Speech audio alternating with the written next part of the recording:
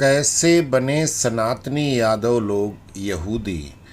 कैसे कृष्ण भक्त यादव बने एक ईश्वरवादी, जानते हैं आज के अंक में। जय श्री कृष्ण मित्रों, आप लोगों ने पिछले भाग में देखा कि कैसे कुछ यादव जो समुद्र मार्ग से द्वारका जा रहे थे, भटक कर अन्य देशों में पहुंच गए, जहां लोग पूरी तरह से अशिक्षित और आदि मानवों की तरह रहते थे। वहां यादवों ने खेती करना शुरू किया, उन अशिक्षित लोगों से युद्ध लड़े, उनको अपने बस में किया, उनकी भाषा सीखी, मेल मिलाप हुए और फिर उनकी लड़कियों से ही विवाह करना शुरू किया और उनको शिक्षित भी किया। अब उससे आगे करीब 1000 साल तक ये यादव लोग कबीलों में ही रहे। वहाँ रहते रहते इनकी भाषा, रहन सहन, सब कुछ उधर के लोगों जैसा ही हो गया। यहाँ तक जो मिक्स ब्रीड वहाँ की महिलाओं से बच्चे हुए, उनके नाम भी मिले जुले रखे गए। आज के करीब 4000 साल पूर्व इनके यहाँ एक इब्राहिम नाम के बालक का जन्म हुआ, जिन्होंने बड़े होकर विभिन्न कबीलों में फैली यादव और निसार लोगों के समूहों को, जो विभिन्न देवी देवताओं की पूजा करते थे, आपस में लड़ते थे, उनको एक करने के लिए कि ईश्वर एक है, सभी देवी देवता उसके अधीन हैं का फार्मूला बताया। इन्हीं इब्राहिम ने ही तनख, तालमुद और मिद्रस नामक ग्रंथ लिखे, जिनमें से तनख उनका धार्मिक ग्रंथ है।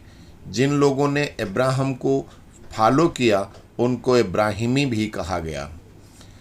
यादवों में बेसिकली 3-4 गोत्र वाले यादव थे, अतः हजारों साल बीतने के बाद भी इनमें आपस में कटुता रहती थी और कभी भी मौसूल वाली लड़ाई शुरू हो जाती थी। आपस की लड़ाई का फ़ायदा हमेशा बाहरी उठाता है और यही हुआ। इनमें से ज़्यादातर को मिस्र ने अपना गुलाम बना लिया और ये लोग इस आशा में कि कोई अवतार होगा, कोई आएगा, इसी उम्मीद में 400 साल गुलाम रहे। मिस्र में गुलामी के समय ही मिस्र में हजरत मूसा का गोसेन शहर में जन्म हुआ और कालांतर में इन्होंने ही जो यादव अपभ्रंश होकर यदा से यूदा फिर यहूदी हुए को 400 साल की गुलामी से मुक्ति दिलाई। मूसा ने तोराह की रचना की और तब से इन लोगों ने तोराह को अपना सबसे पवित्र ग्रंथ मान लिया। तनख और तोराह में बहुत कुछ अलग है, क्योंकि दोनों ही अलग अलग व्यक्ति द्वारा अलग अलग परिवेश, अलग अलग समय कालखंड में लिखी गई हैं। इब्राहिम के पूर्व लगभग 1000 साल तक यादवों का कोई नेता या राजा नहीं था। इनका प्रधान याचक ही इनके निर्णय करता था। यहाँ याचक का मतलब मांगने वाला ही है, किंतु वह मंदिर में ईश्वर से प्रार्थना द्वारा सबके लिए याचना करता है। इब्राहिम के बाद भी यरूशलेम मंदिर का प्रधान याचक ही इनका प्रशासक था। इनके नए नेता मूसा ने मूसा संहिता की रचना की, जो इनका संविधान बना। अब कोई और भी यहूदी बन सकता था जो मूसा के संविधान को माने और यादवों का अपभ्रंश याहवे का पंथ माने, वह यहूदी होगा। यहूदियों में भी सनातन की तरह ही कोई जोड़ जबरदस्ती या लालच से धर्म परिवर्तन नहीं कराया जाता। जिसकी मर्जी हो माने, ना मर्जी हो ना माने। यूनानी संस्कृति से परेशान होकर यहूदी विद्रोह पर उतर आए। आखिरकार उनके अंदर खून तो यदुवंश का ही था। उन्होंने बहुत दिन सहा था, अंत में शस्त्र उठाए और अपने अस्तित्व को बचाने में कामयाब रहे। ईसा के बाद ईसाइयों ने भी इनका हरासमेंट किया और इस्लाम के आने के बाद तो जोड़ जबरदस्ती हुई। इनके घर परिवार, धन संपत्ति, मंदिर पूजा, सब पर जबरदस्ती कब्जे हुए। इन्होंने बहुत बाद में शस्त्र उठाए और आज कुछ लाख की आबादी वाले यादव पूरे मुस्लिम देशों पर भारी हैं और उनके छोटे से देश का नाम इज़राइल है। जिस दिन से यहूदी एक होकर संगठित होकर अपनी बुद्धि बल और शारीरिक बल को प्रयोग करना शुरू कर दिया, उस दिन के बाद ये करोड़ों इस्लामिक लोग कुछ लाख लोगों का बाल भी बांका नहीं कर सके। अब आते हैं कि सनातन और यहूदियों में क्या कुछ और समानताएं हैं। जैसे यहूदियों के अनुसार वर्तमान ही सब कुछ है, अपने सारे कर्तव्यों को ईश्वर को समर्पित करो, ईमानदारी से जीवन निर्वाह करो, यही असली धर्म है। यही सीख सनातन भी देता है। हमारे यहाँ सनातन में पाप का प्रायश्चित है और यहूदी भी यही मानते हैं कि ईश्वर प्रायश्चित पर क्षमा करता है। हमारे सनातन में और यहूदियों में दोनों में एक ही बात है कि पाप से बचो, पवित्र जीवन जियो, ईश्वर निष्पक्ष न्याय करता है। कुकर्मी अर्थात गलत कर्म करने वाले को दंड और सुकर्मी अच्छे कर्म करने वाले को इनाम देता है। हमारे यहाँ दुग्ध, तेल, अन्न, पैसा, पशु और धातुएं दान करने की परंपरा है। वो यहूदियों ने भी उसी प्रकार रखी हुई हैं। हम दान वो कुर्बानी कहते हैं, अर्थात ईश्वर के नाम पर दान करते हैं। जैसे हमारे सनातन में फसल जैसे ही तैयार होती है तो गृह स्वामी या किसान अपनी फसल को अंजलियों में भरकर पहले कन्याओं को दान करता है, फिर बच्चों को दान करता है। उसके बाद वो अनाज होता है उसको फिर तौलने का काम होता है कि भाई कितना अन्न पैदा हुआ। इसी तरह यहूदी भी पहली अन्न को त्याग या दान करते हैं। हमारे यहाँ गोप, ग्वाल या यादव लोग हमेशा गाय या भैंस के पहले दिन का दूध त्याग करते हैं, किसी को दान कर देते हैं। यहूदी भी इसी परंपरा को आज तक चला रहे हैं। हमारे यहाँ सनातनी, यादव, बघेल आदि पशुपालन करने वाले लोग हमेशा झुंड के एक जानवर को कान काटकर पहचान बनाते थे, उसका त्याग करते थे। जो झुंड में रहता था किंतु उसको बांधा नहीं जाता था, उसको किसी देवता के नाम पर छोड़ दिया जाता था। यह परंपरा यहूदी आज तक मानते हैं। हमारे यहाँ देवी की बलि होती थी, जिसमें किसी पशु की बलि वेदी पर दी जाती थी। ठीक वैसे ही यहूदी भी जानवरों की बलि एक वेदी पर देते हैं, थोड़ा मांस वेदी की अग्नि में डालते हैं। यही परंपरा हमारे यहाँ थी। अब दूसरा प्रश्न कि क्या हज इस्लाम के बाद शुरू हुआ?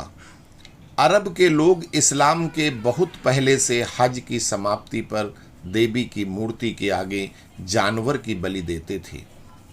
हज की परंपरा इस्लाम के आने के हजारों साल पहले से है। हज का मतलब वहाँ पवित्र मक्केश्वर महादेव के दर्शन और माता अंबिका की पूजा मात्र थी। इसको अरबी भाषा में हज कहते हैं। बाद में जब पैगंबर मोहम्मद की बात लोगों ने नहीं मानी तो इसको भी इस्लाम में शामिल किया गया। कुरान की आयत 22:37 कहती है कि जानवरों का मांस अल्लाह तक नहीं पहुँचेगा और ना ही उसका खून, जो उसके पास पहुँचेगा वो है तुम्हारी भक्ति। यह मानना था मोहम्मद साहब का, लेकिन जब लोगों ने फिर भी अपनी कुर्बानी और ये सब करना नहीं छोड़ा तो फिर उन्होंने दूसरी आयत में कहा 22:34 में कि और सारे धर्मों के लिए हमने नियम बनाए हैं कि वो अल्लाह को समर्पित कर सकते हैं जो अल्लाह ने उनको दिया है, मगर तुम्हारे लिए एक खुदा है, इसलिए तुम सिर्फ उसके आगे समर्पित करो। इन दोनों आयतों से सिद्ध होता है कि वहाँ कुर्बानी पहले देवी देवताओं के नाम पर होती थी। जो देवी देवता हटाकर अल्लाह कर दिया गया, खुदा कर दिया गया, और कुर्बानी जानवरों की वैसी ही चल रही है। इसके साथ साथ इस्लाम के 5 मुख्य स्तंभ ईमान, सलात, जक़ात, रोज़ा और हज में कुर्बानी कहीं नहीं है। कुछ लोग कहते हैं कुर्बानी 5वें स्तंभ हज का हिस्सा है। चलो मान लेते हैं कि जो हज करने जाएगा वहाँ कुर्बानी देगा, किंतु एक पार्टिकुलर दिन में पूरी दुनिया में कुर्बानी का क्या मतलब है? जबकि कुरान में कुर्बानी के लिए जो भी आयत है हज करने की है, दुनिया में कहीं अन्य जगह पर कुर्बानी का एक भी आयत नहीं है, फिर भी लोग उसको मनाए चले जा रहे हैं। ये पैगंबर मोहम्मद ने कभी नहीं कहा और ना ही पैगंबर इब्राहिम ने कहा कि आपको कुर्बानी जरूरी करना है। यहाँ मेरा मकसद ये बताना है कि मक्केश्वर महादेव का मंदिर है और देवी अंबिका का मंदिर है, जहाँ हजारों साल से लोग तीर्थ यात्रा करते रहे हैं। इसी को अरबी भाषा में हज कहते हैं। वहाँ विभिन्न देवी देवता मंदिरों के जगह अब एक अल्लाह के नाम पर वही हज यात्रा अभी भी होती है। बकरे की, ऊंट की कुर्बानी देवी देवता पूजने वाले लोग करते थे, आज भी मुस्लिम करते हैं। बलि की कुर्बानी नाम के साथ देवी की जगह अल्लाह के नाम पर, किंतु परंपरा वही यादवों की आज भी आपने भी अपना रखी है। यादव देवी मंदिर की परिक्रमा करते थे, आज भी आप उसी जगह की परिक्रमा करते हो। वो प्रत्येक राउंड पर जौ, चावल, हल्दी, फूल आदि सगुन की चीजें देवी पर फेंकते थे। आप काल्पनिक शैतान के नाम पर पत्थर फेंकते हो, उल्टा करते हो, लेकिन करते वही सब कुछ हो। ये धार्मिक विषय है, चर्चा पर चर्चा में बहुत बड़े ग्रंथ बन जाएंगे। अतः निष्कर्ष रूप में कह सकते हैं कि यहूदी कोई और नहीं, हमारे देश के सर्वश्रेष्ठ वीरों में से महान यदु के वंशज हैं, जिनके अंदर ब्राह्मण कन्या शुक्राचार्य पुत्री देवयानी की बुद्धि और क्षत्रिय राजा ययाति की वीरता ताकत है।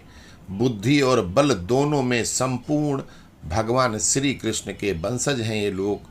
कोई भी इस्लामिक देश या सारे मिलकर भी इन यहूदियों का कुछ बिगाड़ नहीं सकते। उम्मीद करता हूँ कि आपको अच्छे से समझ में आ गया होगा कि यहूदी भी हमारे अजेय यादवा हैं।